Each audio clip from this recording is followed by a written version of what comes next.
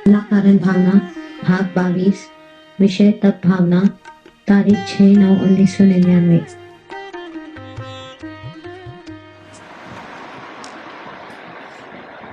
नमो अजंताणं नमो सत्ताणं नमो आयर्याणं नमो विभुजाय नमो वैरे सर्वसाम नमो सर्वेशाराय सानुभूत्या चकास्ते चित् स्वभावाय भावाय सर्वभावान् परच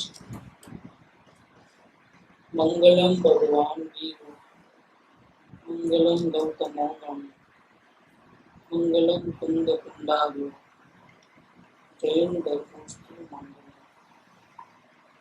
सर्वमंगल मांगल्य सर्व कल्याण कारकम दानम सर्वधर्माणं जैनम जयतु शासनम ओंकार बिंदु संयुक्त नित्यं ध्यायन्ति योगिनः आमदं मोक्षदं च ओंकाराय नमः।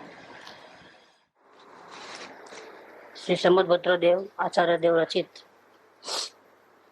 श्री रत्नकरण सावकाचार इसके छठे भावना अधिकार के ऊपर पंडित सदाशिव दास कासलीवाल जी की टीका है। 16 करण भावना का विषय के अंदर 6 भावना का विस्तार हुआ। अभी 7वीं भावना शक्ति प्रमाण तप भावना। अब शक्ति प्रमाण तप भावना अंगीकार करना उसका वर्णन करते हैं। उसमें ये शरीर संबंधित ज्यादा रहता है, तपस्या वगैरह काय क्लेश वगैरह उपवास एकासना ऐसा। तो शरीर तो अपना नहीं है, अपना होने वाला भी नहीं है। ये बात करने के बाद ऐसे शरीर जब अपने को मिला है, मनुष्य देह मिली है, तो उसका इस्तेमाल कैसे करें। जो चीज हमको मिली है उसका किस प्रकार से इस्तेमाल करें ताकि हमारी आत्मा की आराधना हो। तो शरीर के बिना रत्नत्रय धर्म नहीं होता, ये मूल बात लिया। रत्नत्रय धर्म नहीं होता मतलब अंदर का तो आराधना हो सकती है, लेकिन बाहर में भी उस प्रकार से चारित्र की जो शुद्धि रूप जो व्यवहार होता है वो शरीर के बिना नहीं होता है। और रत्नत्रय धर्म बिना कर्मों का नाश नहीं होता है। इसलिए अपने प्रयोजन के लिए विषयों में आसक्ति रहित होकर के सेवक के समान योग्य भोजन देकर शरीर के सेवक बन जा, और उसको जो चाहिए वो योग्य भोजन देकर यथाशक्ति जिनेंद्र के मार्ग से विरोध रहित काय क्लेश आदि तप करना योग्य है। वो नौकर को जितना वो मेहनत करता है उसके हिसाब से तनख्वाह देनी चाहिए, लेकिन ज्यादा तनख्वाह दोगे तो परेशानी हो जाएगी। कम दोगे तो नौकरी छोड़ के चले जाएगा, ज्यादा दोगे तो दुम्मे मारना शुरू कर देगा, तो गड़बड़ कर देगा वो। तो वहां पर जिस प्रकार से विवेक रहता है कि भाई हमको 5,000 कमा के देता है, ले लो 4,000 तुम, 4,500 तुम दे लो, ऐसा नहीं करते हैं। तो उसके हिसाब से उसका घर व्यवहार चले, उस प्रकार से चोरी करने की आदत ना हो, उसको न पड़े, मजबूरी ना आवे, इसलिए उसको उसकी मेहनत के हिसाब से योग्य पगार देना। कम दोगे तो उसका चलने वाला नहीं, तो वो नौकरी छोड़ के भाग जाएगा। ऐसे ये शरीर जो हमको मिला है तो उसका इस प्रकार से इस्तेमाल करना ताकि हम वितराग मार्ग पे आगे बढ़े। बिल्कुल खाना नहीं दोगे, पीना नहीं दोगे, तो शरीर तो निकम्मा है, वो तो अपकारी है, कितना भी इसकी सेवा करो लेकिन हमको छोड़ने वाला है। काय को ऐसे दुश्मन से गले लगाना, उसको क्यों खाना खिलाना, उसकी सेवा क्यों करना, तो नहीं चलेगा। तो आपकी आराधना रुक जाएगी। जल्दी से मोक्ष जाने के लिए चारित्र धर्म अंगीकार करना पड़ता है। शरीर के बिना तो कोई संसारी जीव है नहीं, और मोक्ष मार्ग की आराधना तो मोक्ष जाने के बाद नहीं होती है। मोक्ष जाने के बाद तो शरीर ही नहीं रहता है, लेकिन मोक्ष के योग्य जो परिणाम होते हैं, जो चाल होती है, जो रीति होती है, उसमें अगर सही ढंग से इसका इस्तेमाल किए तो बहुत जल्दी से कर्मों की निद्रा हो सकती है। कर्मों की निद्रा ज्यादा करने में शरीर कारणभूत है। रुकावट भी सबसे ज्यादा शरीर की ही है। मोक्ष मार्ग में जीव आगे क्यों नहीं बढ़ता है? कि समाज का नाता छोड़ देगा, कुटुंब परिवार से भाग जाएगा, लेकिन शरीर की आसक्ति तो उसको रहती है। 5 इंद्रियों विषयों की आसक्ति तो रहती है। वहां फंस जाता है तो फिर आत्म कल्याण नहीं कर पाता है। अवलोकन भी सही ढंग से नहीं होता है कि 90% विकल्प तो शरीर संबंधी होते हैं। समाज को या रिश्तेदारी को तो रोज थोड़े याद करते हैं, उसमें रोज थोड़े पंचायतें रहती है। परिवार में भी जब एक सेटिंग हो जाती है तो सब अपने अपने काम में लगे जाते हैं, सुबह से अपने अपने काम पे चले आते हैं। रोज की पंचायत नहीं है। कोई बीमार पड़ा या कोई ऐसा कोई प्रसंग आया, बर्थडे वैसा, शादी ब्याह, तभी ज्यादा रहता है। बाकी परिवार से भी इतना ज्यादा नहीं रहता है, इतने विकल्प नहीं रहते हैं। ज्यादा विकल्प रहते हैं शरीर संबंधी। उसको भी टर्न आउट कैसे करना हो, ज्ञानी पुरुष ने उसका भी रास्ता निकाला, किस प्रकार से इसका इस्तेमाल करना। कि शरीर के हम सेवक बन गए तो बिल्कुल नहीं खिलाना नहीं पिलाना, वो बात शरीर से द्वेष नहीं है। असल में शरीर डुबाने वाला भी नहीं है, शरीर तो पदार्थ है। हमने उससे मोह करके अपने आप को डुबाया। अब मोह रहित होकर के किस प्रकार के उसका फायदा लेकर के कार्य आगे बढ़ाना, वो अपने हाथ की बात है। तो ज्ञानियों ने उसका रास्ता निकाला। मोक्ष मार्ग जो होता है शरीर के साथ में ही होता है, मतलब जीव की ऐसी अवस्था में मोक्ष मार्ग शुरू होता है, संवर निद्रा के परिणाम, कि जहाँ वहां शरीर तो रहता ही। तो शरीर के बिना रत्नत्रय धर्म नहीं होता है। सम्यक दर्शन, ज्ञान, चारित्र, ये जो मोक्ष मार्ग है, वो जो मोक्ष मार्ग पे चल रहे हैं वो सब शरीर वाले ही हैं। यहाँ तक कि आर्यन परमात्मा भी शरीर वाले हैं। उनका मुक्ति हो गई है, मतलब पूर्ण ज्ञान प्रकट हो गया है, पूर्ण सुख प्रकट हो गया है, पूर्ण ज्ञान प्रकट हो गया है, लेकिन है तो शरीर वाले, सशरीर है। तो शरीर के बिना रत्नत्रय धर्म नहीं होता है, और रत्नत्रय धर्म के बिना कर्मों का नाश नहीं होता है। रत्नत्रय धर्म माने सम्यक दर्शन, सम्यक ज्ञान, सम्यक चारित्र। ये धर्मों के बिना कर्मों का नाश नहीं होता है, कर्मों की निजरा नहीं होती है। कि जो सबसे बड़ी रुकावट का कारण है मोक्ष मार्ग में आने के लिए, वो रुकावट का कारण नहीं है, उसके प्रति का जो हमारा मोह था वो रुकावट का कारण था। वही अगर मोह टूट जाए, उसका सही ढंग से इस्तेमाल करे तो बहुत सारी कर्मों की निजरा का कारण बनता है। रत्नत्रय धर्मों के बिना कर्मों का नाश नहीं होता है। और रत्नत्रय धर्म किसके आधार पे होता है? निमित्त नैमित्तिक संबंध से। कि रत्नत्रय धर्म की आराधना तो सशरीर ही होती है। उसमें भी तिर्यंस का शरीर या देवों का शरीर वो कार्य का काम का नहीं है। देवों में तो संयम है नहीं, तपस्या कर नहीं सकते, उपास करना तो भी नहीं कर सकते, नारकी में भी नहीं कर सकते। तिर्यंस में तो वो संयम का भाव ही नहीं है। एक मनुष्य धर्म में ही, जन्म में ही, मनुष्य शरीर से ही रत्नत्रय धर्म की आराधना हो सकती है। पंचम गुणस्थान, छठवां गुणस्थान वो इसमें हो सकता है। इसीलिए अपने प्रयोजन के लिए, शरीर को अच्छा रखने के लिए नहीं, हमको हमारी वितरागता में आगे बढ़ने के लिए, ध्यान का बल जागृत करने के लिए, ध्यान को बढ़ाने के लिए क्या करना? विषयों में आसक्ति रहित होकर सेवक के समान योग्य भोजन दे करके, योग्य भोजन देना है सेवक समझ करके, उसका दास बन करके। इससे अभी काम लेना है तो क्या करना? नौकर से काम लेना है तो पगार तो देना ही है। नहीं, पगार मैं नहीं दूंगा और बराबर काम करो तो नहीं करेगा कोई। तो सेवक के समान योग्य भोजन इसलिए देना है कि अनाप शनाप खा लेते हैं, पेट बिगड़ता है तो भी सब परेशानी हो जाती है, परिणाम ठीक रोग आ जाते हैं। इसको योग्य भोजन दो। पानी भी छान के पीना है ताकि बैक्टीरिया वगैरह ना हो। जो खाना भी जो खाते हैं वो शुद्ध हो, ज्यादा मिर्ची तेल घी वाला ना हो, नींद आवे ऐसा ना हो, आलस आवे ऐसा ना हो, वासी खुराक ना हो ताकि रोग ना हो, और सादा भोजन जिसको बोले, इस प्रकार का देने से क्या होता है? आहार विहार की नियमितता है ना, वो लिखा है उन्होंने, महावीर के बोध के पात्र कौन? आहार विहार निहार की नियमितता वाला जीव। तो इस प्रकार से आहार देना, तो आहार तो ले सकते हो लेकिन आसक्ति सहित नहीं।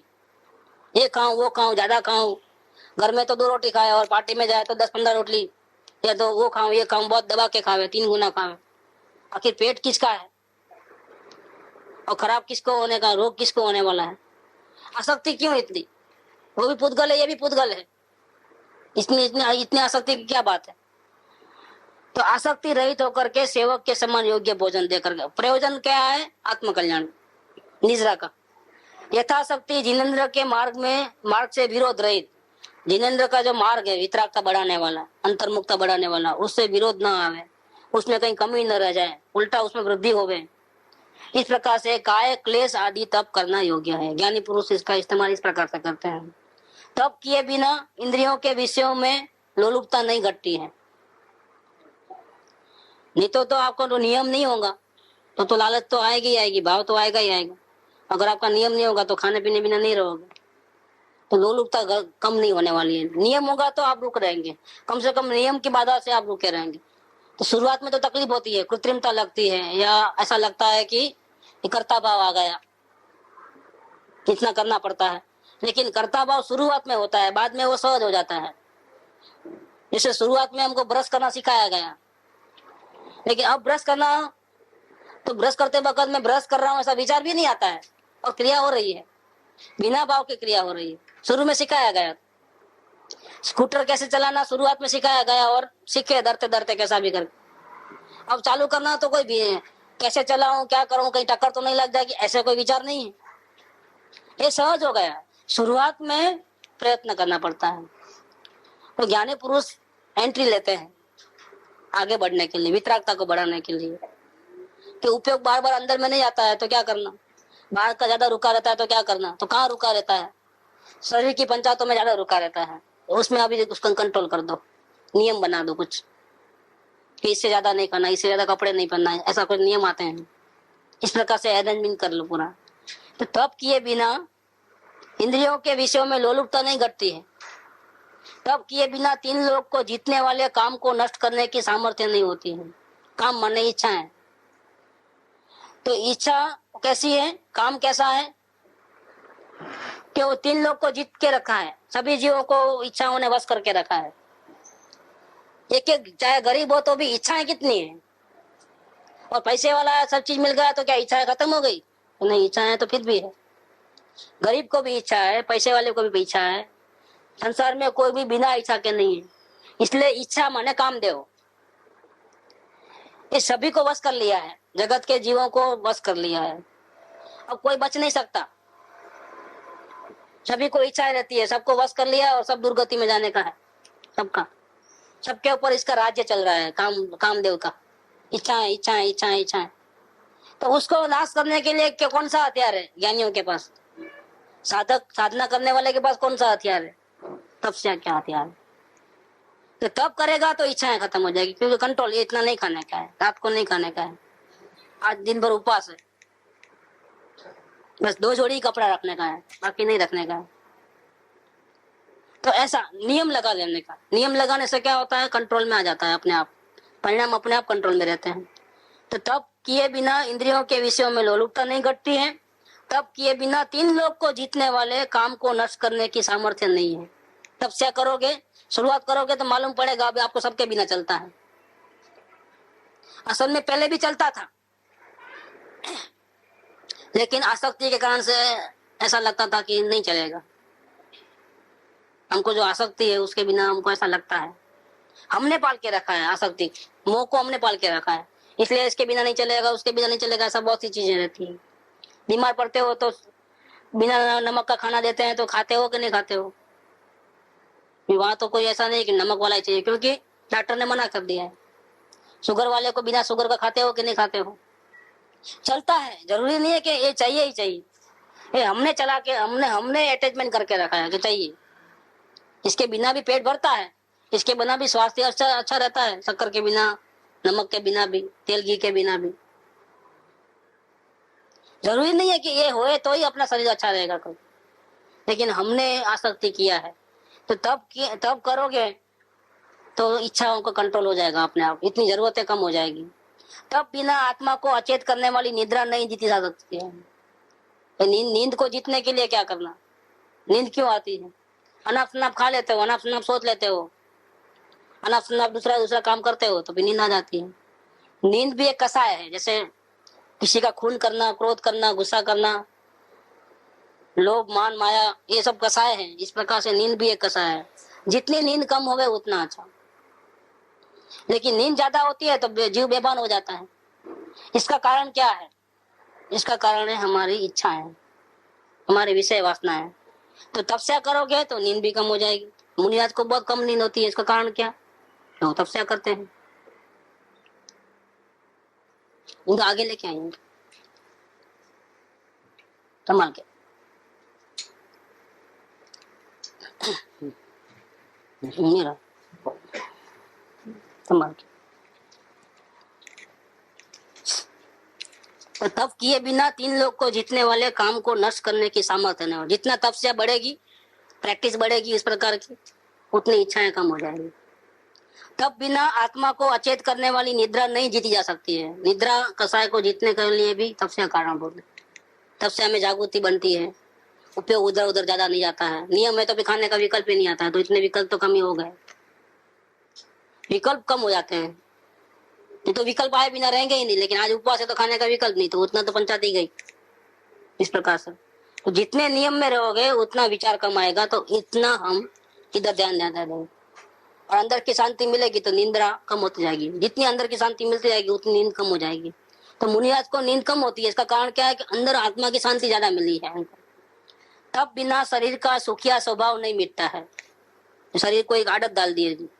नौकर को जिस प्रकार से पहले से रखते हो उसी प्रकार से, फिर उसको ज्यादा बोलोगे तो गड़बड़ हो जाती है। पहले से ही उसको ऐसा नियम में रखो अपने कंट्रोल में, तो बराबर काम करता है। तो हमने क्या किया है कि मोह के कारण, अपने मोह के कारण गुलामगिरी की है बहुत सारी शरीर की। तो शरीर को ऐसा आदत पड़ गई है कि तकिया तो चाहिए ही चाहिए, उठते वक्त चादर चाहिए ही चाहिए, ऐसा चाहिए वैसा चाहिए, ये खाना चाहिए वो खाना चाहिए। ये हमने आदत डाली है। तपस्या करके वो शरीर की गुलामगिरी तोड़ना है। शरीर की गुलामगिरी टूटी तो विकल्प भी शरीर संबंधी टूटे। इतना हमारा ध्यान इधर ज्यादा जाएगा। तो शरीर में जो जिस प्रकार की आवश्यकता है शरीर की, मनुष्य शरीर की, वो तो भूमि के अनुसार विकल्प आएंगे ही आएंगे, लेकिन तपस्या के कारण से क्या होगा, कंट्रोल रहता है। शरीर का सुखिया स्वभाव तपस्या के बिना नहीं मिटता है। फिर हमेशा वो ये चाहिए वो चाहिए वो तो रहेगा, और अंदर में ज्ञान भी रहेगा, लेकिन वो ज्ञान का बल नहीं बढ़ेगा। आत्मज्ञान का बल कैसे बढ़ेगा? आपके पास ज्ञान है लेकिन शरीर को सुख देने वाले साधन में बराबर रहते हो, उसमें इसमें क्या प्रबंध है? आत्मज्ञान का शरीर कैसे कंट्रोल, खाना पीना छोड़ देना, इससे क्या मतलब है? शरीर शरीर का काम करने दो, आत्मा आत्मा का काम करेगा। क्या जरूरत है इतना उपवास करने की, इतना वो तपस्या करने की, क्या जरूरत है? वो बात नहीं है। आत्मज्ञान रहते हुए भी, आत्मज्ञान माने क्या कि आप शरीर से भिन्न हो, आप अजर अमर हो, शरीर के साथ आपका कोई संबंध नहीं है। तो शरीर के साथ संबंध नहीं है तो आचरण में गुलामगिरी क्यों इतनी सारी? फिर शरीर में रोग आता है तो आकुल व्याकुल क्यों हो जाते हो? भूख लगती है तो पीड़ा क्यों सहन क्यों नहीं कर पाते हो? तो शरीर आपसे भिन्न है ना। तो आत्मज्ञान है श्रद्धा, लेकिन आचरण से क्या? आचरण की कमी के कारण श्रद्धा के ऊपर इफेक्ट आता है, तो अंतर्मुखता नहीं बढ़ती है। आप एक बार कोशिश करना शुरू कर दो फाइट करने की, शरीर में बाहर में भी आचरण लाने की कोशिश करो, यथाशक्ति करो, शुरुआत तो करो, फिर मालूम पड़ेगा क्या फायदा है। कि जितना आप प्रैक्टिस करोगे इस प्रकार से तपस्या, इस प्रकार से इसका इफेक्ट आचरण के ऊपर आएगा, वितरागता बढ़ेगी। अंदर में जो अपन 1 सेकंड भी नहीं रह पाते हैं उपयोग, वो अंतर्मुखता का काल बढ़ जाएगा ऑटोमेटिकली, क्योंकि बाहर में इतनी जरूरतें कम हो गई, इच्छाएं का नाश हो गया है। जैसे दर्शन मोह का नाश हुआ तो आत्मज्ञान हुआ, ऐसे चारित्र मोह का नाश होगा तो क्या होगा?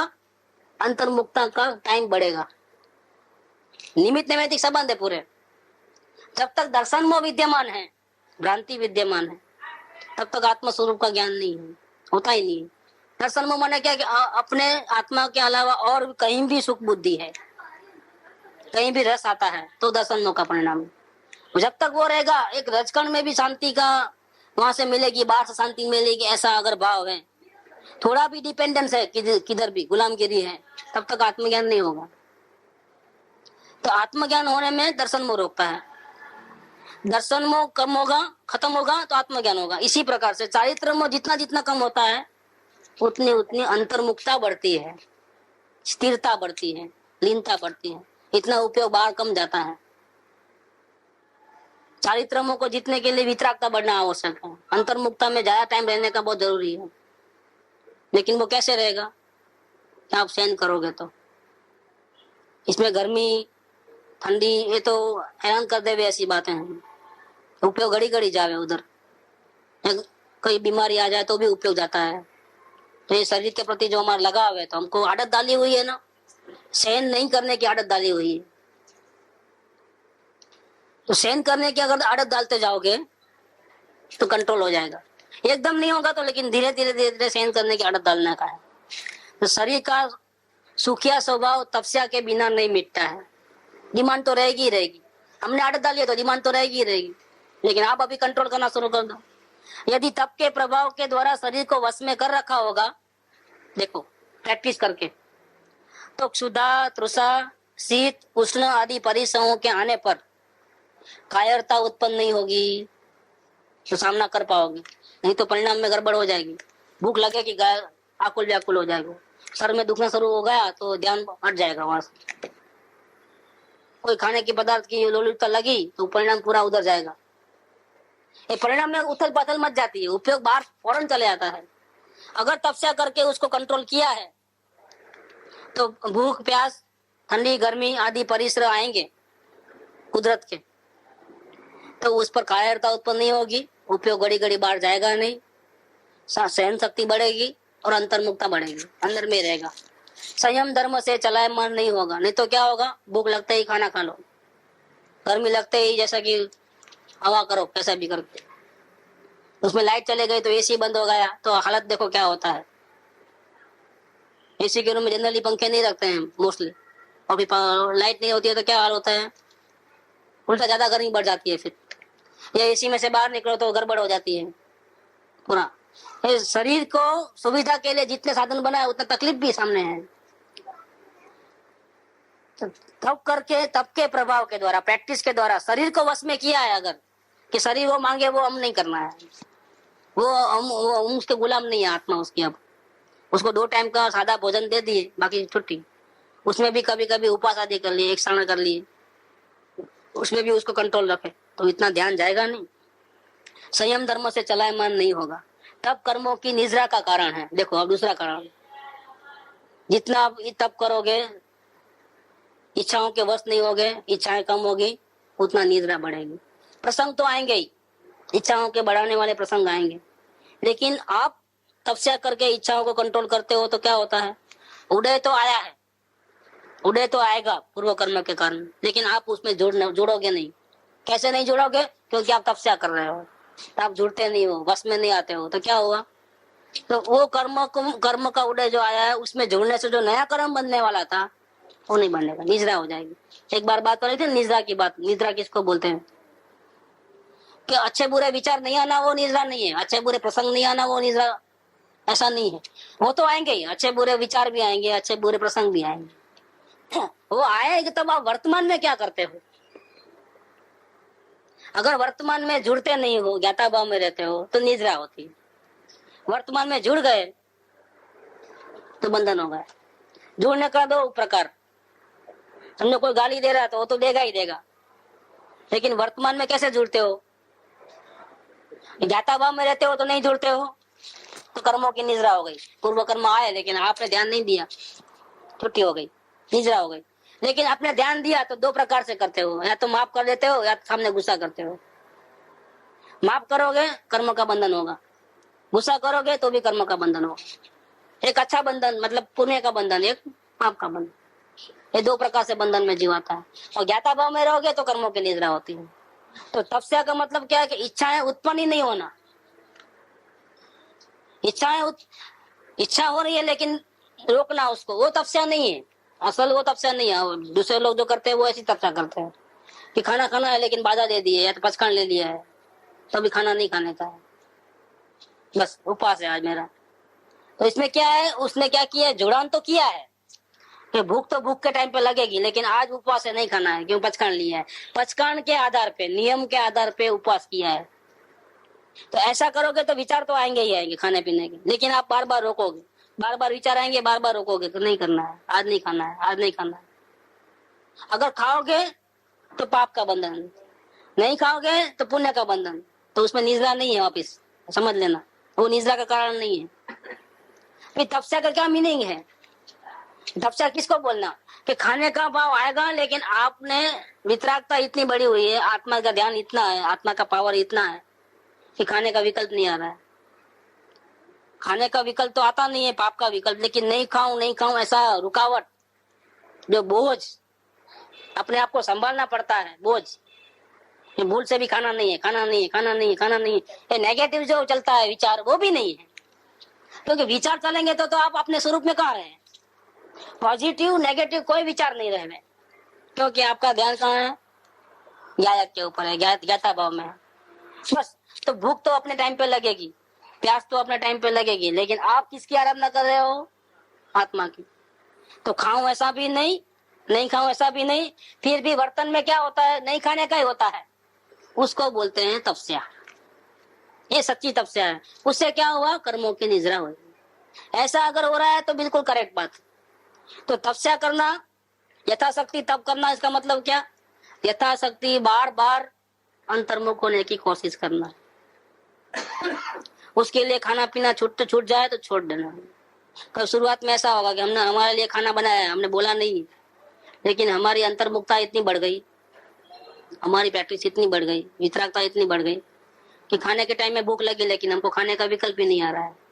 तो घर वालों को आगे से बोल के रखना, कोई जरूरी नहीं है कि आप खाना बनाओगे तो मैं खाऊंगा ही। असल में क्या है कि वितरागता बढ़ती है तो खाना अपने आप पहले से ही कम होते जाता है। अगर फिर वो कम खाना कभी बच जाता है तो बच गया तो दूसरे को दे देना या तो बचा लेना, लेकिन मेरे खाने के लिए फोर्स नहीं करना, वो पहले से बोल देना। अब मेरा भाव होगा, आप भले ही बनाओ, लेकिन मेरा भाव होगा तो खाऊंगा, नहीं होगा तो आज का दिन मैं मेरे वितराग भाव में रहूंगा, मैं मेरी आत्मा की आराधना करूंगा। तो खाना बच गया, आपके लिए बनाया, पहले बोलना था वो आप नहीं बोलना, पहले से ही ऐसा अरेंजमेंट करके रखो। हाँ, पहले से ऐसा अरेंजमेंट करके रखो तो क्या होगा? क्या नहीं तो क्या होगा? देखो अभी हम कुलपाक जैसे ठिकाने पे जाते हैं, मान लीजिए, एक बात बोल रहा हूँ, और धर्म चर्चा अच्छी चल रही है, उतने में कूपन की याद आ जाएगी, कूपन लेके आओ 10 बजे, नहीं तो फिर खाना नहीं मिलेगा, क्योंकि वहां तो नियम से जाना पड़ता है। अच्छा, यहाँ धर्म की चर्चा अच्छी चल रही है, वितरागता ध्यान में लग गए, लेकिन 11:30 का बेल बजता है तो फिर जाना ही पड़ता है। ये क्या हो गया? फिर वहां ऐसा नहीं कर सकते, वहां नियम से चलते हैं। अगर कूपन की अरेंजमेंट किया ही नहीं है तो हम हमारा उसमें हमारे वितरागता में कंटिन्यू रह सकते हैं। तो कंटिन्यूटी का बहुत बड़ा फर्क पड़ता है। एक फोर्स जो है, साधना का जो फोर्स है, बीच बीच में ब्रेक आएगा तो फोर्स कम हो जाएगा। खाने का अगर तपस्या करने की आदत नहीं है तो क्या करोगे? ये तो एक दिन हम बिना खाए रह सकते हैं? नहीं रह सकते हैं।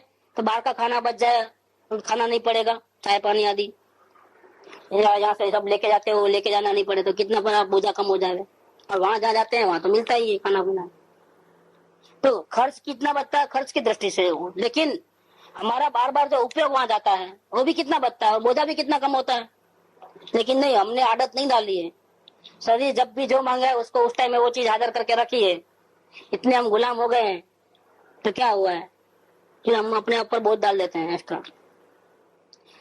एडजस्ट करना कि अभी अभी हम नाश्ते का टाइम हुआ है, लेकिन हमारी वितरागता में हम ध्यान में इतना लीन हो गए कि नाश्ते का विकल्प भी नहीं आ रहा है। तो घर वालों को हम बोल देंगे कि बच गए तो भले बच गए, लेकिन हमको हैरान नहीं करना।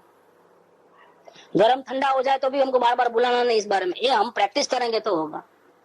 तो ध्यान की कंटिन्यूटी बढ़ेगी। लेकिन ध्यान करोगे, हाँ अभी आधा घंटे का टाइम कर लेंगे, जितना हो इतना, वापिस खाने को जाना है, वापिस ये ब्रेक, स्पीड ब्रेकर से पूरे। किसके लिए खाना खाने का? आत्मा को तो कोई जरूरत नहीं पड़ती है। आत्मा अगर कंट्रोल में कर ले तो कोई जरूरत नहीं है उसको। तो मुनिया जाते हैं जंगल में से आर के टाइम पे, और आर नहीं मिलता है, मानो वापिस चले जाते हैं, विकल्प भी खत्म, आर का विकल्प ही नहीं है। दूसरे दिन आते हैं, दूसरे दिन भी अगर नहीं मिला तो विकल्प बढ़ते नहीं है, विकल्प खत्म, वापिस चले जाते हैं। कभी कभी ऐसा सब 3-3, 4-4 दिन निकल जाते हैं। कभी कभी किसी को ज्यादा उपसर्ग होता है तो महीना भर भी ऐसा हो जाता है कि खाने का विकल्प आता है खाने के टाइम में। उपवास का नियम नहीं है, आते हैं लेकिन जैसा चाहिए ऐसा शुद्धता जो नियमबद्ध नहीं मिलता है खाना, तो वापिस चले आते हैं बिना खाए। तो कभी कभी महीना भर तक ऐसा चलता है, उपवास हो जाते हैं। तो ये सब सहन करते हैं, इतनी ताकत है आत्मा में, ताकत है। लेकिन प्रैक्टिस करते बढ़ाना पड़ता है वो चीज। तो प्रैक्टिस यहाँ कर सकते हो, अभी से ही शुरू कर सकते हो। इसीलिए यथाशक्ति तप भावना के अंदर ज्ञानी पुरुष भावना पाते हैं कि हमारा उपयोग बार बार डिस्टर्ब करने में कारणभूत कौन है। जो शरीर पहले मोह के कारण आत्मज्ञान नहीं होने देता था, वही शरीर आत्मज्ञान के बाद स्थिरता में बाधा डालता है। देखो अभी उसका काम खत्म नहीं हुआ है, वो स्थिरता में बाधा डालेगा। तब उसका फैसला उसका करना है कि स्थिरता में बाधा नहीं डाले, हमारा उपयोग कंटिन्यू अंदर में रहे, अंतर्मुखता ज्यादा देर तक अंदर में रहे, ध्यान घंटों घंटों तक 4-4, 5-5 घंटे तक रहे, बीच में खाने पीने का, ठंडी गर्मी का ऐसा कोई विकल्प भी नहीं आवे। तो इस प्रकार से प्रैक्टिस करनी पड़ती है। ऐसा करने से क्या होता है, बहुत सारी कर्मों की निद्रा होती है। अंतर्मुखता के प्रयास में और अंतर्मुखता बढ़े उसमें कितना होता है, बहुत कर्मों की निद्रा होती है। ये बात इधर लिया है। तो तप कर्मों की निद्रा का कारण है, क्योंकि तपस्या जब करता है तो उपयोग आत्मा में रहता है। बाहर उदय कर्मों के आते हैं उसमें उपयोग नहीं आता है, तो नेगेटिव पॉजिटिव कोई विचार नहीं रहता है। खाना खाना या नहीं खाना, रोकना, कोई विचार नहीं है। ऐसे तप कर्मों की निद्रा का कारण है। अतः तप करना ही श्रेष्ठ है। तप करना माने उपास करना, वो तप नहीं। तप करना श्रेष्ठ बताया ना मैं कि कर्म का जो भी उदय आवे उसमें नेगेटिव पॉजिटिव कोई रिएक्शन न होवे किसी प्रकार का। खाना नहीं खाना, वो तो हम गरीब लोगों को खाना मिलता नहीं है तो क्या उपास हो गया। नरक में भी खाना पीना नहीं मिलता है तो क्या उपास है, ऐसा नहीं है कुछ। देवगति में भी बहुत साल के बाद भूख लगती है, जब तक तो भूखे ही रहते हैं, मतलब भूख ही नहीं लगती है, खाना खाते ही नहीं कई सालों तक, तो क्या उपास का फल मिलता है। वो बात नहीं है। कितना जुड़ान कम हुआ, खाना नहीं खाने का विचार कितना नहीं आया, वो मेन बात है, वो असल बात है। तो तप कर्मों की निद्रा का कारण है। अतः तप करना ही श्रेष्ठ है, मतलब बार बार अंतर्मुखता का प्रयास करना श्रेष्ठ है। उसमें शरीर जितने ही बाधा डाले बीच बीच में उसको नेग्लेक्ट करना। जैसे महात्मा कल्याण के मार्ग में मुमुक्षु जी जाता है तो संसार का मार्ग और वितराग का मार्ग अलग है। इतना जरूर है कि वेरी बिगिनिंग में संसार को छोड़ना नहीं होता है, घर का काम काज छोड़ना ऐसा नहीं है, भाव पलटाना है। लेकिन भाव पलटने से दुनिया बदल जाती है और लोगों को मालूम पड़ जाता है, हमारे साथ में रहने वालों तो बाधा डालना शुरू कर देते हैं। पहले जैसे हंस के बात नहीं करते हो, पहले तो घुल मिल के नहीं रहते हो, कहीं आते नहीं हो, कहीं जाते नहीं हो, खुशी के मौके में भी हंसते नहीं हो, उदासीन रहते हो, ये क्या है। तो ऐसा उनको अच्छा नहीं लगता है। रास्ते दोनों को अलग अलग हो जाते हैं। भले बाहर से हम जुड़े हुए हैं अभी, फिर भी अंदर से रास्ते भाव बदलने से रास्ते बदल जाते हैं। बहुत बड़ा अंतर आता है, तो लोगों को नहीं सुहाता है। तो वहां मोह छोड़ना पड़ता है ना अपने अंदर की साधना करने के लिए। तो नहीं चलो अभी आपको राजी करने के लिए ऐसा करे वैसा करे, नहीं, राजी नहीं कर सकते। अब अभी एक आत्मा को राजी कर सकते, दूसरे को नहीं कर सकते, नहीं आता है। आप जैसा समझना है समझो, लेकिन हम तो इसी मार्ग पे चलेंगे तो दोनों का मेल नहीं जमता है, विचारों का मेल नहीं जमता है, दोनों एक दूसरे को डिस्टर्ब हो गए ऐसा समझते हैं। लेकिन क्या करें, मोह तोड़ना ही पड़ता है। अपनी आराधना करना है तो मोह तोड़ना ही पड़ता है। तो ऐसा इस प्रकार से समाज का, परिवार का, शरीर का मोह छोड़ते छोड़ते आत्मज्ञान पे आते हैं, ये साधना करते हैं।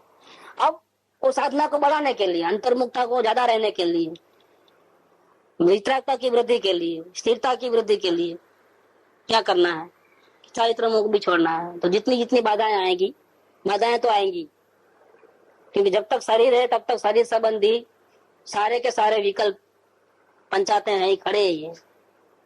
तो वो आएंगे, विकल्प आएंगे, परिस्थिति आएंगी, आप जुड़ना नहीं है, आपको नेग्लेक्ट करना है।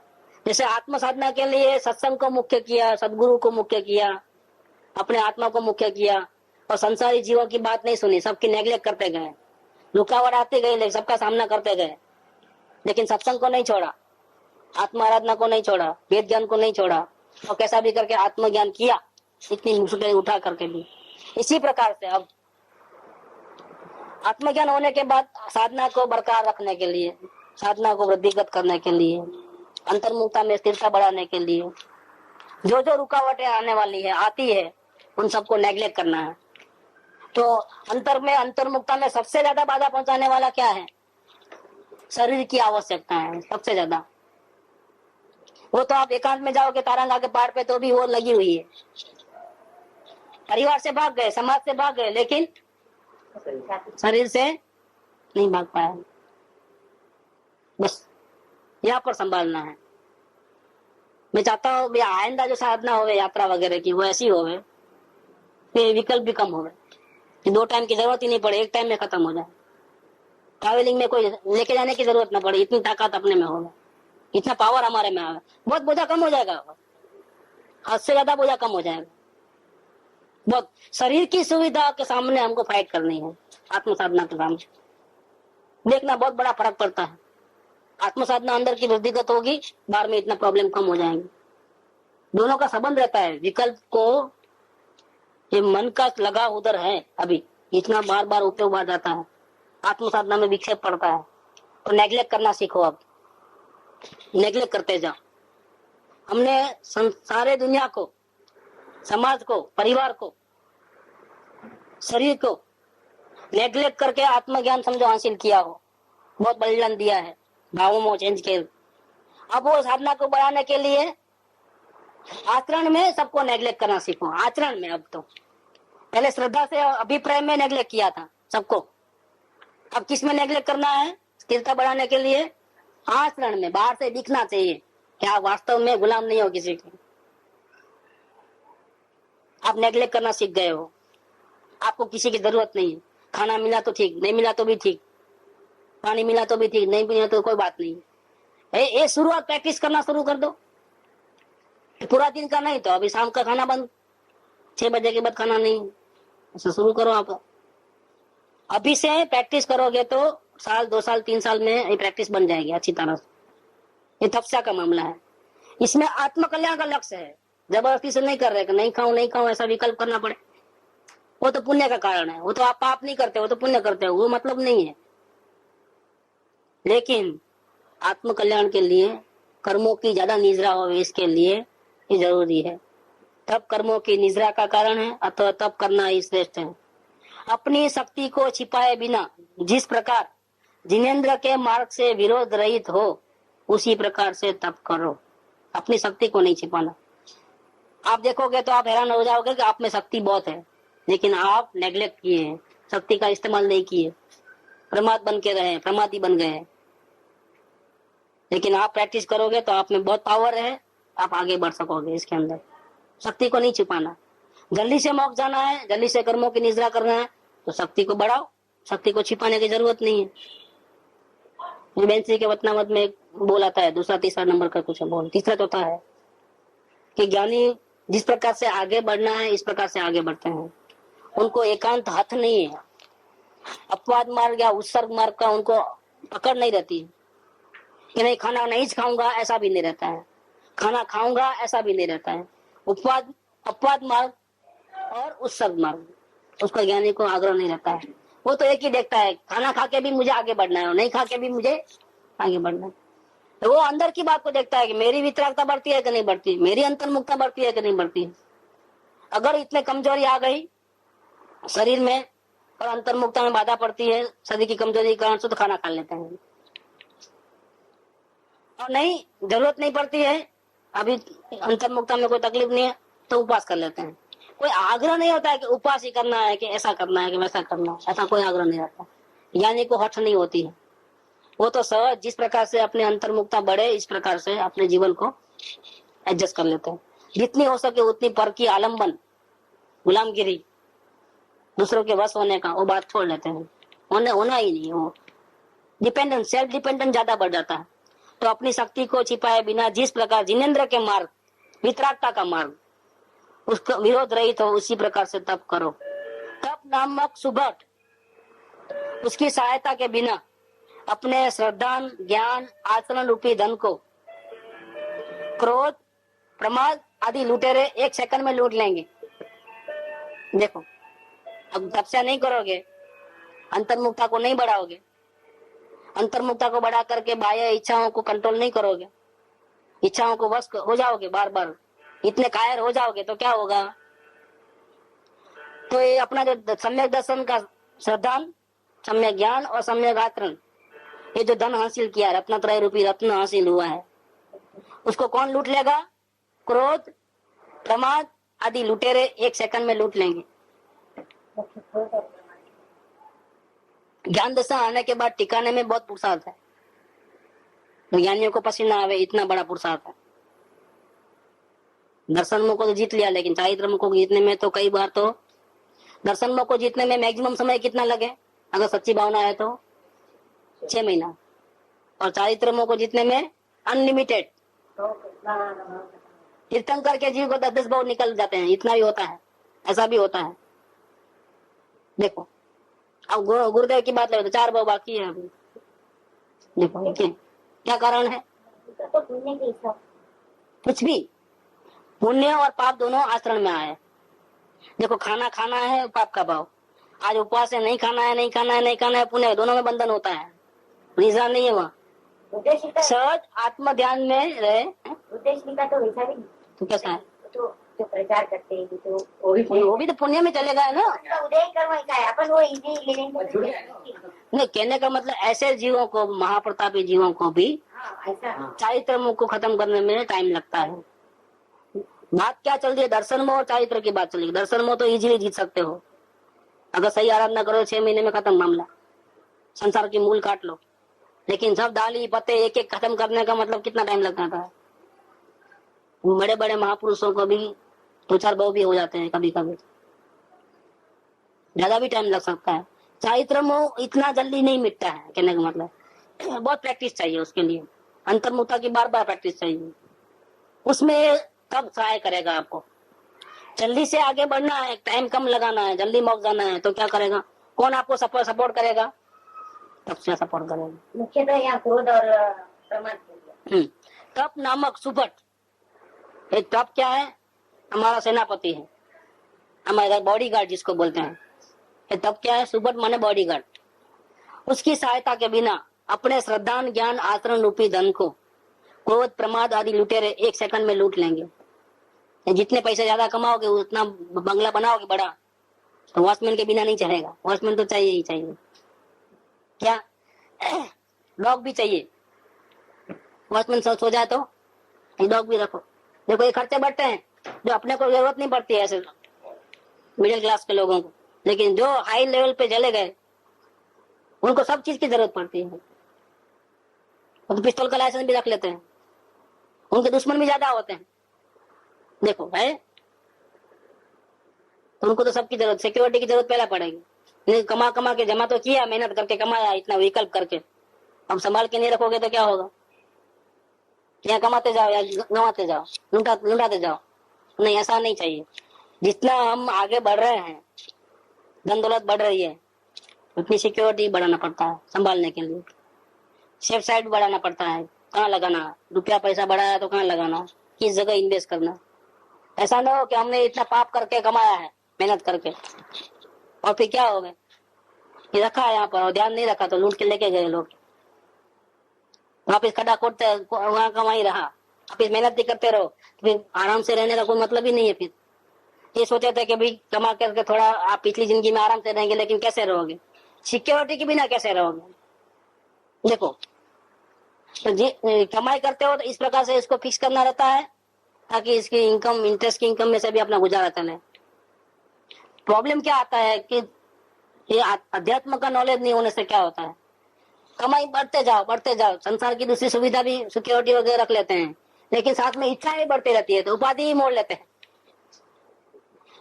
इच्छाओं को कंट्रोल रखो। यहाँ समझे पुण्य से कमाई आती है तो उसको इस प्रकार से लगा लो कि बाद में आपको हाथ पैर मारने की जरूरत न पड़े, और पूरा ध्यान आत्मा में लगे, अध्यात्म के मार्ग में लगे, तो कमाना सार्थक है, तो मनुष्य जीवन सफल है। नहीं तो क्या होगा? नहीं तो और भागम दौड़ी। यहाँ कमाई बढ़ती है, वहाँ इच्छाएं बढ़ती है, कार, 2 कार, एक कार, बंगला बढ़ाओ। अरे भाई तुम रह सकते हो झोंपड़ी में भी, आज तक रहते ही आए हो, अब क्यों इतनी इच्छाएं बढ़ाते हो? नहीं, दिखावा नहीं करने का, वैसे ही रहो। ऐसा रखो कि भविष्य में अपने को इतना भी मेहनत नहीं करना पड़े, अपने आत्मा आराधना चलती रहे। बच्ची कुची 20-25 साल की जिंदगी में क्या मगजमारी करना है, इतना सारा, इतनी क्या लोलुपता बढ़ाने का है? ये पूरा रॉन्ग वे है, ये मनुष्य जन्म को बर्बाद करने का है। पैसा बढ़ेगा, साथ में सुविधा बढ़ा लोगे तो वहां कमाई रहोगे, खड्डा उतना का उतना रहता है। सिक्योरिटी कहाँ करते हो? सिक्योरिटी कहाँ है?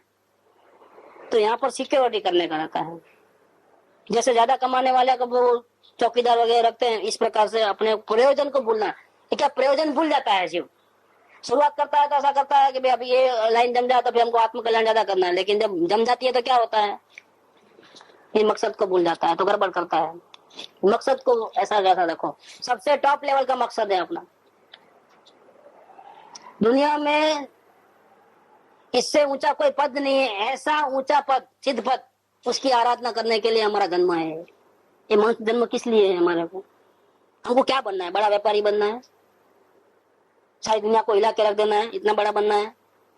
अरे हमारे आत्म ध्यान में जो रहते हैं उसमें जो आनंद मिलता है, और 3 लोक में ऐसा आनंद कहीं भी नहीं मिलता है। स्वर्ग के देवों के पास भी वो आनंद नहीं है जो आत्मा की आराधना में मिलता है। वो तो इच्छाओं को कंट्रोल करो, बस मत हो, अपने उपयोग को बाहर मत घुमाओ, ज्यादा सिक्योर करो। अपने प्रयोजन के छोड़े बिना प्रयोजन में कैसे आगे बढ़े उस प्रकार की साधना करो, इस प्रकार से कमाई दमाई करो, इस प्रकार से सब कुछ करो। जीवन को ऐसा अरेंज करो, नहीं तो कमाते जाओ और खर्च करते जाओ और उपाधि को बढ़ाते जाओ, बस वहां कमाई रहोगे। आखिर पोटले बांधोगे जो कर्म के, विचार कर करके, विकल्प कर करके, किसको भोगने का फिर वापिस? हम तो परिवार के लिए कर रहे हैं भाई, परिवार के लिए करे, लेकिन विकल्प किसको आया? जो विकल्प किया वो मरा। हम सबके लिए, सबके कल्याण के लिए करे भाई, सबके कल्याण के लिए भले करे, लेकिन जो विकल्प किया वो मरा। कौन बोला था? नहीं, वो बोलता है मैं तेरे भलाई के लिए तुमको पिलाया था, अंडा खिलाया था। किसने बोला था? नहीं, और मारता है बराबर जैसा, गुर्दे की कैसेट में आता है वो। तुमको बोला किसने? हमने थोड़ा बोला था कि हमारा को बचाने के लिए तुम हमको बिना कहे अंडा खिलाओ। किसने बोला था? देखो, तुमने प्रेम किया था, तुमने गलत विकल्प किए, तुम भोगो उसका। नहीं, अपनी आराधना को नहीं छोड़ना। ये आराधना रत्नत्रय की आराधना करने के लिए है। ये जन्म किस लिए है? अपने आत्म कल्याण के प्रयोजन को नहीं छोड़ना। इच्छाएं तो जितनी कम हो गई इतनी आज, तो भविष्य में फ्री ज्यादा रहे, हम आत्मा आराधना ज्यादा कर पाए, इस प्रकार से आयोजन करना जरूरी है। तो यहाँ ये बात कहते हैं कि अपनी शक्ति छिपाए बिना जिस प्रकार से जिनेंद्र के मार्ग में विरोध रहित आगे बढ़ना हो, उसी प्रकार से तपस्या करो। तप नामक सुभट की सहायता के बिना, बॉडीगार्ड के बिना, अपने श्रद्धा, ज्ञान, आचरण रूपी धन को क्रोध और प्रमाद आदि लुटेरे 1 सेकंड में लूट लेंगे।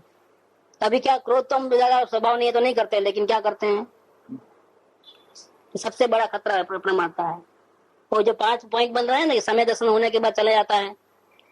इसमें क्रोध है, एक परनिंदा है, एक प्रमाद है, ये भी है 5 पॉइंट में। और अभिमान, अभिमान है, और पर की निंदा है एक तो। हाँ, ये क्रोध का कारण है। वचन में वो कंट्रोल नहीं है, क्रोध। और एक तीव्र वासना विषयों के, ऐसा कुछ है, देखना पड़ेगा। लेकिन प्रमाद तो है ही उसके अंदर। प्रमाद के कारण तो गिरेगा ही गिरेगा। तो सबसे बड़ा प्रॉब्लम कहाँ आता है? प्रमाद। हमारा उपयोग कहाँ है वो देखो, घड़ी घड़ी हमारा उपयोग कहाँ है वो चेक करते जाओ। बहुत पाया लिया है, ठीक बात है, उपयोग कहाँ घूम रहा है अभी, उस पे अगर देखोगे तो बाद में तो ये क्या होगा, ये धन को लूट लेंगे। पैसा बहुत कमाया, लेकिन चौकीदार नहीं रखा, डॉग नहीं रखा बंगले के बाजू। बंगले, अब बंगला इतना बड़ा रहता है, हम कौन से कमरे में नहीं मालूम, अब दूसरे कमरे में आके को उठा के लेके जाए तो मालूम नहीं पड़ा कब आया, कौन कब चले गया। ये फ्लैटों के दरवाजे बंद क्यों रहते हैं? बेल बिना बजाए बिना तो कोई खुलता ही नहीं, क्यों? और फिर ऐसे लोगों के घर पे जाना है तो अपॉइंटमेंट के बिना जाते नहीं हो, क्यों? वो भी एक कारण है। हम घंटी बजाते रहे, लेकिन वो कहीं शॉपिंग पे चले गए 2-4 घंटे के लिए, बस टाइम वेस्ट पूरा नहीं होता है। जितने हाई लेवल के लोग रहते हैं उसको अपॉइंटमेंट लेके ही जाना पड़ता है, बिना अपॉइंटमेंट जा नहीं सकते हो, ये परेशानी हो जाती है। बहुत कुछ सोचना रहता है इसके अंदर। तो यहाँ पर भी हमने पाया है तो फिर इसकी सेफ्टी के लिए क्या किया, क्या प्रयत्न किया? तो सेफ्टी के लिए प्रमाद नहीं करना है, क्रोधादि भाव नहीं करना है, और तपस्या करना है इसको रोकने के लिए। बॉडीगार्ड कौन सा रखना? तपस्या वाला, कि शरीर की जितनी आवश्यकता है वो तो मांगेगा, डिमांड करेगा। आप नेग्लेक्ट करना सीखो, अब कंट्रोल करना सीखो, थोड़ा सहन करना सीखो। थोड़ी तकलीफ पड़े तो भले ही पड़े, लेकिन सहन करना सीखो। ये चालू कर दो अभी से। तब रत्नत्रय रूपी संपत्ति से रहित होकर जब ऐसा होगा, लूट जाओगे तो क्या होगा? तो रत्नत्रय रूपी संपत्ति से रहित होकर चतुर्गति रूप संसार में दीर्घ काल तक भ्रमण करोगे, ये भटकते रहोगे पंच परावर्तन में। अगर समय से चले गया तो वापस भटको, जन्म मरण करते जाओ, फिर तो कोई लिमिट नहीं है कब जाओगे। समय दर्शन बरकरार रहा, अगर इंटैक्ट रहा तो मैक्सिमम 15 भाव में चले जाओगे मोक्ष में। लेकिन समय दर्शन को ही खो दिया तो फिर अनलिमिटेड टाइम है, इसका कोई हिसाब किताब नहीं है। अतः जिस प्रकार से वात पित्त कफ ये त्रिदोष विपरीत होकर रोगादि उत्पन्न न करे, उस प्रकार से तप करना उचित है। खाना तो खाना है, लेकिन आपको कौन सा सूट होता है?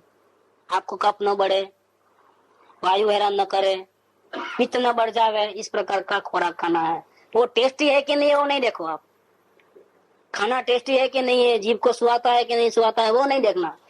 वात पित्त और कफ नहीं बढ़े, इस प्रकार से अपना डाइट, अपना जो है सादा भोजन का, उस प्रकार से ही खाना है। तो ये तपस्या में आ गया। खाना खाना, लेकिन इस प्रकार का खाना खाना कि जिससे शरीर में रोग न वृद्धि हो रहा, वो भी तपस्या में आता है। तो लिमिट तो है नहीं कुछ, तो ये कंट्रोल कर लेना, ये तपस्या है। सभी तपों में प्रधान तप तो दिगंबर पना है। अब इसमें आगे की ये श्रावक की बात जाने के बाद अभी आगे मुनियात की बात करते हैं कि मुनियात की तपस्या किस प्रकार की होती है। ये शरीर जो है बहुत सारे कर्मों की निद्रा का कारण बन सकता है। आत्मा तो अंदर रहता है, अटैक कहाँ से आएगा? बाहर से आएगा तो पहले छुरी कहाँ लगेगी, ठंडी गर्मी पहले कहाँ लगेगी? ये देखो, ये पैकिंग के ऊपर ज्यादा तकलीफ होती है सीधा। तो वहां अगर अटैक होवे तो हम आत्मा में इतना बल रहे कि कुछ भी ना होवे, परिणाम खराब नहीं होवे, विचलित ना होवे, तो कर्मों की निद्रा हो जाएगी बहुत सारी। ये बात है। सभी तपों में प्रधान तप तो दिगंबरपना है। इसलिए सबसे पहले जो आगे जल्दी से कर्मों की निद्रा करना चाहता है वो क्या करता है? घर मकान छोड़ करके निर्वस्त्र होकर के जंगल में रहता है, क्योंकि वो चाहता है कि हमारे पे अटैक होवे। पूर्व कर्म सब आकर के टूट पड़े, हमारे में इतनी ताकत है, हमारे ज्ञान की ताकत इतनी बढ़ा ली है कि हम अपने में ज्ञाता भाव में रहेंगे और बहुत सारे कर्मों की निद्रा हो जाएगी। ज्ञान चक्र को इतना मजबूत कर लिया है, ज्ञान रूपी बॉडीगार्ड इतना अच्छा जबरदस्त कर लिया है कि अब चारों ओर से अटैक आवे। और निर्वस्त्र होने के बाद कितने अटैक आते हैं, वो भी जंगल में कितने अटैक आते हैं, लेकिन वो तैयारी करके गया है। उसके दिमाग में एक ही बात है, जल्दी से मुक्ति होना है, जल्दी से अशरीरी बनना है, जल्दी से पूर्ण शांति को प्राप्त करना है। वो एम लेकर के वो इतनी मुसीबत लेने को जाता है। लोग कमाने के लिए परदेश जाते हैं, भूखा पैसा देते हैं, सब करते हैं। क्यों भाई? ज्यादा कमाई करना है। कमाई को बेकार के खर्च ना हो जाए, बचाने के लिए भी तकलीफ उठाते हैं, नहीं उठाते हैं? आंगड़िया से बेचोगे तो इतना खर्चा है, अपन जाते हैं तो इतना। तो बचाने के लिए भी मेहनत करते हैं कि नहीं करते हैं? खुद मेहनत करते हैं, खुद वहां तक लेके जाते हैं थैले बना करके। क्यों ऐसा करते हैं? बचाने के लिए, कमाने के लिए होता है, बचाने के लिए भी मेहनत करते हैं। तो ये तो जल्दी से मुक्ति होना है, तो इसके लिए मेहनत करना है। तो मेहनत करने में क्या होता है, फिर तकलीफ भी उठानी पड़ती है, तकलीफ उठाते हैं। सभी तपों में प्रधान तप तो दिगंबरपना है। कैसा है दिगंबरपना? कि घर की ममता रूपी फंडे को तोड़कर, घर की ममता जो मोह रहता है, मेरा मेरा मेरा, मेरा घर, मेरा पुत्र, मेरा परिवार, ये सब ममता के फंडे को तोड़कर देह का समस्त सुखियापना छोड़ करके, अब सर वहां तो खाना मिलेगा नहीं भी मिलेगा, बीमार पड़ेगा तो दवा मिलेगी ना भी मिलेगी, सोने के लिए पथारी मिलेगी नहीं मिलेगी, रिजर्वेशन तो सवाल ही नहीं है, सीट बीट का कुछ क्या, धक्का मुक्की में भी रहना पड़ेगा, जंगलों के जानवरों के बीच में रहना पड़े, गया उसी दिन खत्म कर देवे वो लोग। हो सकता है देह का समस्त सुखियापना, सब तैयारी पूरी करके कि आज ही मेरे प्राण निकल जाएंगे। ये जंगल में जाना कोई बात, वहां तो सब रहते ही है ना हिंसक प्राणी का। वो जंगल में बहुत दिन रहा तो उनको मालूम पड़ जाता है कि इनका स्वभाव कैसा है। मोस्टली नहीं मालूम पड़ता है तो क्या करोगे, फर्स्ट डे में ही प्रॉब्लम हो गया तो गए उसी दिन। लेकिन आपकी तैयारी पूरी है। हो सकता है पहले दिन कोई वाघ मिल गया और खा लिया, ऐसा ही बन सकता है। हमारी तैयारी पूरी रहती है, क्योंकि हम निकले क्यों, कर्मों की निद्रा करने के लिए निकले। वो तो होगी ही होगी अगर आप कंट्रोल में रहोगे। तो देह का समस्त सुखियापना छोड़कर अपने शरीर में शीत, उष्ण, गर्मी, वर्षा, वायु, डांस, मच्छर, मक्खी आदि की बाधा को जीतने के सन्मुख होकर के, तो घर में भी इतनी तैयारी कर लिए होंगे ना, कि बार बार मच्छर हैरान करे तो भी ध्यान से विचलित नहीं होते हो।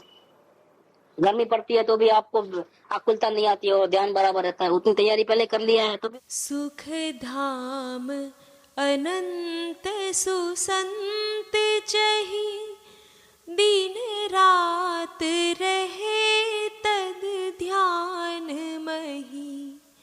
प्रशांति अनंत सुधामय जे, प्रणमु पद